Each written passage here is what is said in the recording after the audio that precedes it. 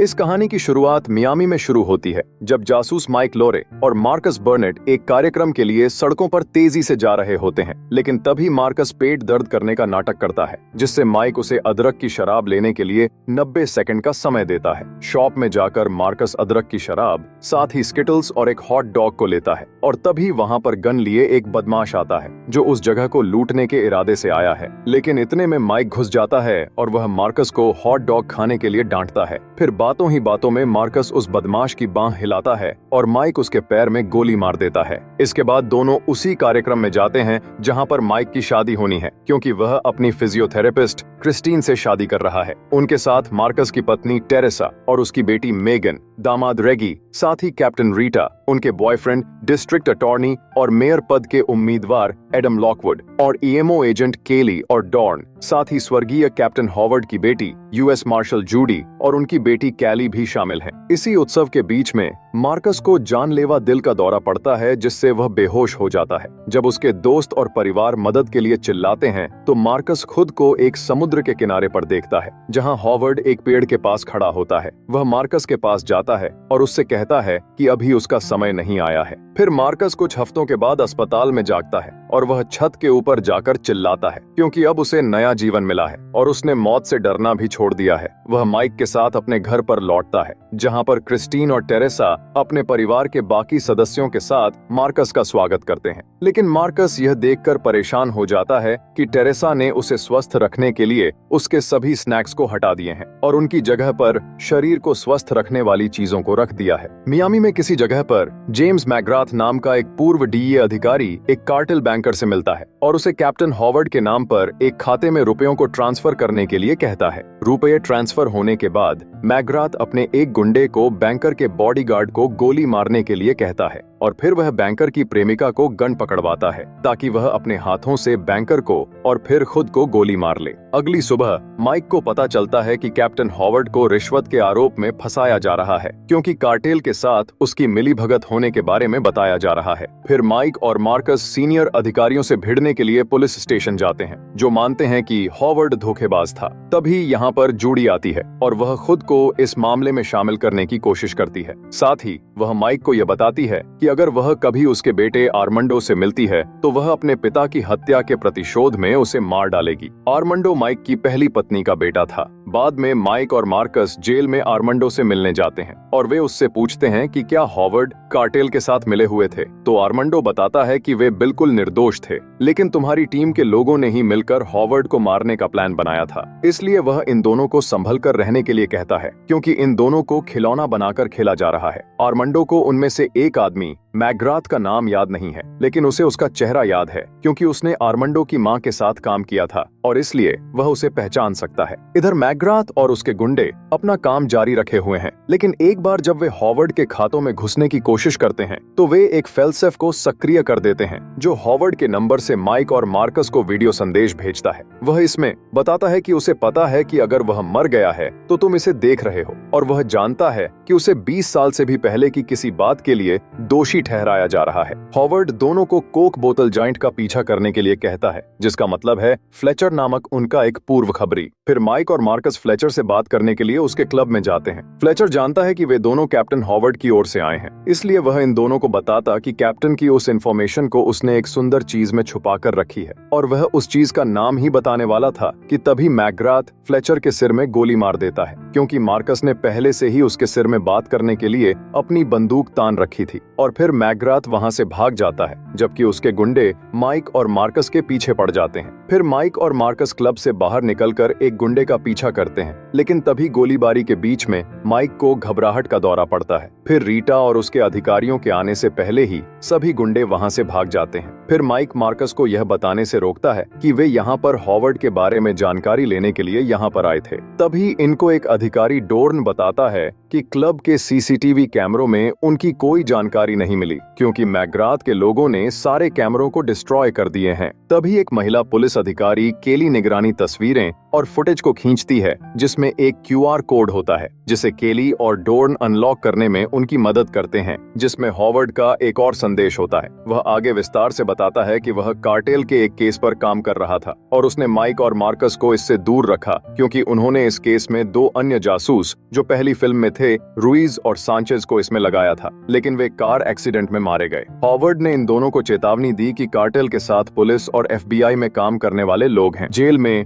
McGrath के द्वारा भेजे गए गुंडों ने आर्मंडो पर हमला किया, लेकिन आर्मंडो उन सबको मार देता है। फिर माइक आर्मंडो को हेलीकॉप्टर से मियामी ले जाने के लिए रीटा और सीनियर अधिकारी को तर्क देता है, जिससे वे माइक की बात मान जाते हैं। लेकिन दुर्भाग्य से मैकग्राथ और उसके गुंडों ने पहले ही हेलीकॉप्टर को हाईजैक कर लिया था, इसलिए मैकग्राथ पायलट को माइक और मार्कस को हमला करने के आरोप में फंसाने के लिए एक खतरे का मैसेज भेजने के लिए मजबूर करता है और बाद में वह पायलट का गला काट देता है। और फिर मैकग्राथ माइक और मार्कस से लड़ने के बाद अपने कुछ साथियों के साथ हेलीकॉप्टर से भाग जाता है और हेलीकॉप्टर को नीचे गिरने के लिए छोड़ देता है। तभी वे दोनों कुछ बचे हुए लोगों से लड़ते हैं। फिर माइक और मार्कस आर्मंडो को खुली हैचबैक से बाहर निकालकर उसे बचा लेते हैं और फिर आर्मंडो माइक और मार्कस के साथ मिलकर हेलीकॉप्टर की एक झील में क्रैश लैंडिंग करता है, जिसके बाद आर्मंडो वहां से भागने लगता है तो माइक उसे रोकता है। फिर मार्कस उन दोनों को शांत करता है और बाद में आर्मंडो उन दोनों को अपने साथ ले जाने के लिए मान जाता है। दुर्घटना स्थल अधिकारी हेलीकॉप्टर का सर्वेक्षण करते हैं। तभी जूडी रीटा को पायलट का खतरा मैसेज सुनाती है, जिससे माइक, मार्कस और आर्मंडो सभी को खूनी भगोड़े करार दिया जाता है और मैकग्राथ भी मियामी में हर गैंगस्टर को मैसेज भेजता है कि इन तीनों को मारने वाले को एक बड़ा इनाम मिलेगा। फिर माइक और मार्कस आर्मंडो का पीछा करते हैं कि जंगल से कैसे भागना है। रात होने पर मार्कस माइक को अपने बेटे के साथ अच्छा संबंध बनाने के लिए कहता है, लेकिन उन दोनों में से कोई भी आपस में जुड़ने के लिए दिलचस्पी नहीं रखता।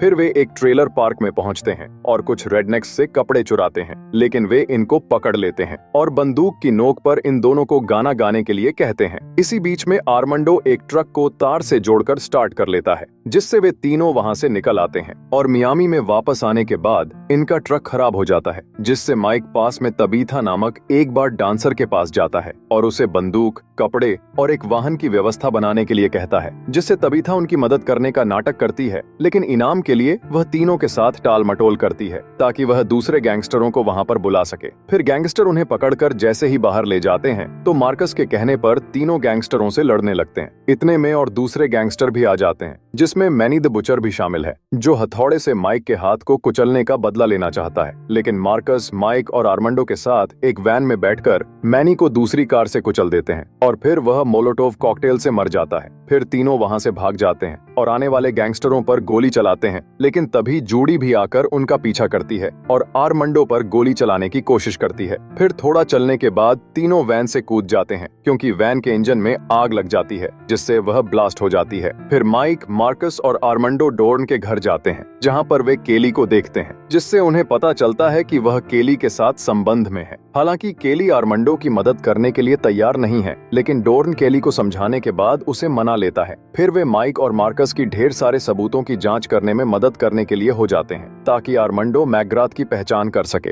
काफी मुश्किल के बाद वे निगरानी फुटेज पर उसे खोजने में कामयाब हो जाते हैं। फिर डोर्न मैकग्राथ के इतिहास को खंगालता है, जिससे उसे पता चलता है कि उसे और उसकी टीम को कार्टेल ने बंधक बना लिया था और उसे और उसकी टीम को तड़पाकर मरने के लिए छोड़ दिया था, जिसमें वह अकेला ही जीवित बचा था। फिर माइक रीटा को कॉल करता है और उसे मैकग्राथ के बारे में बताता है। कुछ समय बाद माइक और मार्कस अपने दोनों घरों में डोर्न के सुरक्षा कैमरों के माध्यम से देखते हैं कि मैकग्राथ ने क्रिस्टीन और मार्कस के परिवार को लाने के लिए अपने गुंडों को भेजा है। जब माइक क्रिस्टीन से संपर्क करने की कोशिश करता है तो मार्कस भी रेगी से संपर्क करता है और उसे वहां पर आने वाले खतरे के बारे में चेतावनी देता है, जिससे रेगी टेरेसा, मेगन और लिटिल मार्कस को वहीं पर छिपा देता है। जबकि वह अपनी गन को पकड़ता है और अपनी क्षमता का अच्छा प्रदर्शन करता है, वह अकेला ही 15 गुंडों को मार देता है और मार्कस के परिवार को सुरक्षित रखता है। मार्कस उसकी क्षमता को देखकर खुश हो जाता है। इसी बीच क्रिस्टीन से मिलने के लिए कैली आती है, जो माइक और मार्कस की बेगुनाही साबित करने में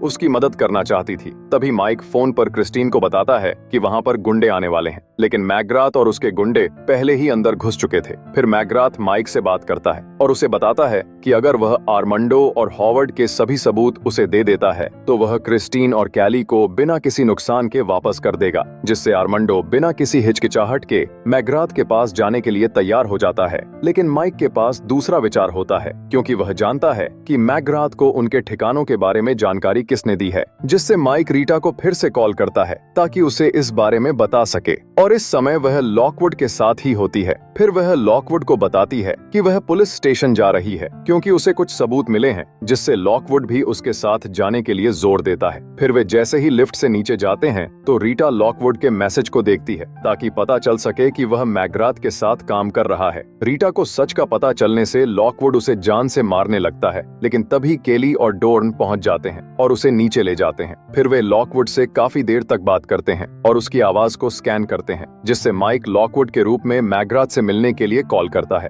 फिर माइक मार्कस, आर्मांडो, रीटा, केली और डोर्न से कहता है कि वे पांचों ही एकमात्र ऐसे लोग हैं जिन पर अभी एक दूसरे पर भरोसा किया जा सकता है। फिर ये लोग गद्दारों से मिलने के लिए फेमस मगरमच्छ पार्क में जाते हैं, जिसके बारे में कहा जाता है कि वह ड्यूक नामक एक विशाल अल्बिनो मगरमच्छ का घर है। फिर मैकग्राथ को क्रिस्टीन और कैली के साथ बाहर ले जाने के लिए उनके पास एक विमान आता है, लेकिन जैसे ही माइक मैकग्राथ पर गोली चलाने की कोशिश करता है तो उसे फिर से घबराहट होने लगती है और उसे डर लगने लगता है कि वह क्रिस्टीन को ही न मार दे। तभी पानी में मौजूद मगरमच्छ आर्मांडो के स्थान के करीब आने लगता है, जिससे मैकग्राथ को पता चल जाता है कि कोई उनके आसपास है। तभी उसे एक गुंडा देख लेता, जिससे आर्मांडो उस पर गोली चला देता है और वह पानी में गिर जाता है। तभी मगरमच्छ आकर उसे खा जाता है। फिर माइक मैकग्राथ और क्रिस्टीन के पीछे जाता है, जबकि लॉकवुड यहाँ से भागने लगता है और इधर सभी लोग मैकग्राथ के गुंडों के साथ लड़ने लगते हैं। फिर लॉकवुड विमान में बैठकर यहाँ से जाने लगता है, लेकिन रीटा विमान के ऊपर बंदूक चला देती है, जिससे यहाँ की पूरी इमारत दुर्घटनाग्रस्त हो जाती है। तभी लॉकवुड डोर्न के हाथ में गोली मार देता है और फिर वह रीटा को गोली मारने की कोशिश करता है, लेकिन तभी रीटा उसे नीचे पानी में धकेल देती है, जो ड्यूक मगरमच्छ के रहने की जगह है, और फिर लॉकवुड ड्यूक का भोजन बन जाता है। इसी बीच आर्मांडो कैली को मैकग्राथ के कई गुंडों से बचाता है और उनको मार देता है, और फिर वह उसे एक सुरक्षित स्थान पर ले जाता है। फिर मार्कस उसी समुद्र तट पर पहुंचता है जिसे उसने अपने सपने में देखा था, लेकिन वहीं पर मैकग्राथ उसे पकड़ लेता है। फिर माइक उनके पास पहुंचता है और मैकग्राथ उसे मरने के लिए मार्कस या क्रिस्टीन में से किसी एक को चुनने के लिए कहता है, लेकिन तभी माइक मैकग्राथ पर एक अच्छा शॉट पाने के लिए मार्कस की जैकेट में गोली मारता है, जिससे मार्कस नीचे झुक जाता है और इतने में माइक मैकग्राथ को गोलियों से भूंज देता है और अंत में उसके सिर में गोली मार देता है। इधर जूडी आर्मांडो के पास पहुंच जाती है और उसे गोली मारने वाली होती है, लेकिन कैली बीच में आकर खड़ी हो जाती है और वह जूडी से कहती है कि उसने ही मेरी जान बचाई है, जिससे जूडी नरम पड़ जाती है और आर्मांडो को यहाँ से जाने के लिए कहती है, जिससे माइक आर्मांडो को बाहर निकलने में उसकी मदद करता है। फिर जैसे ही पुलिस के लोग घटनास्थल पर पहुंचते हैं और मैकग्राथ के बचे हुए गुंडों को गिरफ्तार करते हैं, तब न्यूज में बताया जाता है कि कैप्टन हॉवर्ड को आधिकारिक तौर पर निर्दोष साबित कर दिया गया है। अब माइक, मार्कस और उनके परिवार के लोग पिकनिक के लिए पार्क में इकट्ठा होते हैं। फिर माइक और मार्कस आपस में बहस करने लगते हैं कि ग्रिल पर कौन क्या पकाएगा। तभी रेगी अपना चिकन लाता है और पूछता है कि क्या वह ग्रिल को यूज कर सकता है, जिससे बैड बॉयज एक पल के लिए उस पर हंसते हैं। फिर उनको याद आता है कि रेगी ने अकेले ही मैकग्राथ के लोगों को मार डाला था और मार्कस के परिवार को बचाया था, इसलिए वे पीछे हटने के लिए मान जाते हैं और रेगी को ग्रिल यूज करने देते हैं, जिससे रेगी थोड़ा सा मुस्कुराता है